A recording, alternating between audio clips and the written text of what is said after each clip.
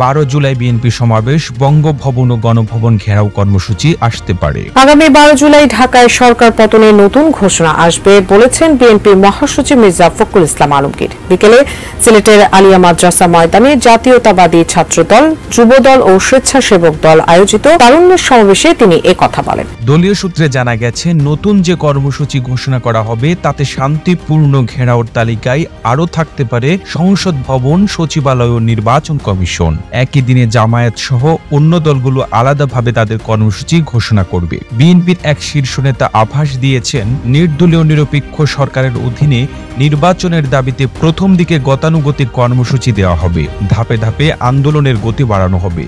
জুলাই মাসের শেষের দিকে ঘোষিত কর্মসূচি নিয়ে একযোগে মাঠে নামবে বিএনপি সহ যুগপৎ আন্দোলনে থাকা 36 দল।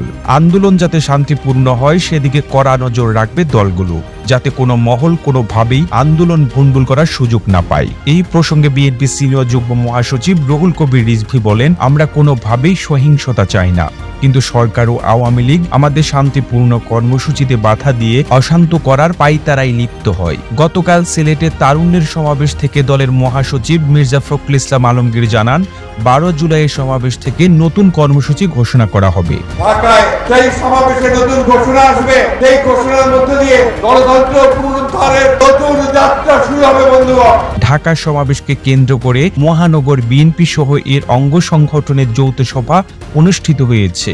সমাবেশে লোক সমাগম বাড়ানো সহ বিভিন্ন ইস্যুতে আলোচনা হয়েছে। সবাই অপেক্ষা করছে নতুন কর্মসূচির জন্য। আজকে আবার শেখ হাসিনা একটু ভিন্ন আঙ্গিকে, ভিন্নভাবে তিনি আবার ওই একদলীয় শাসন ব্যবস্থা বাদশাহ চাপিয়ে দিতে চাচ্ছেন আগামী 12 তারিখ।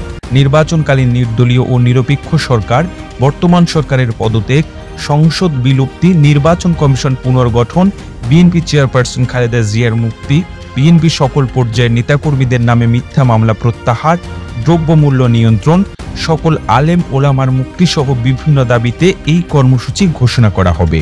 এই প্রতিবেদন তৈরিতে তথ্য উপাত্তের সাহায্য নেওয়া হয়েছে আমাদেরসময়.com থেকে।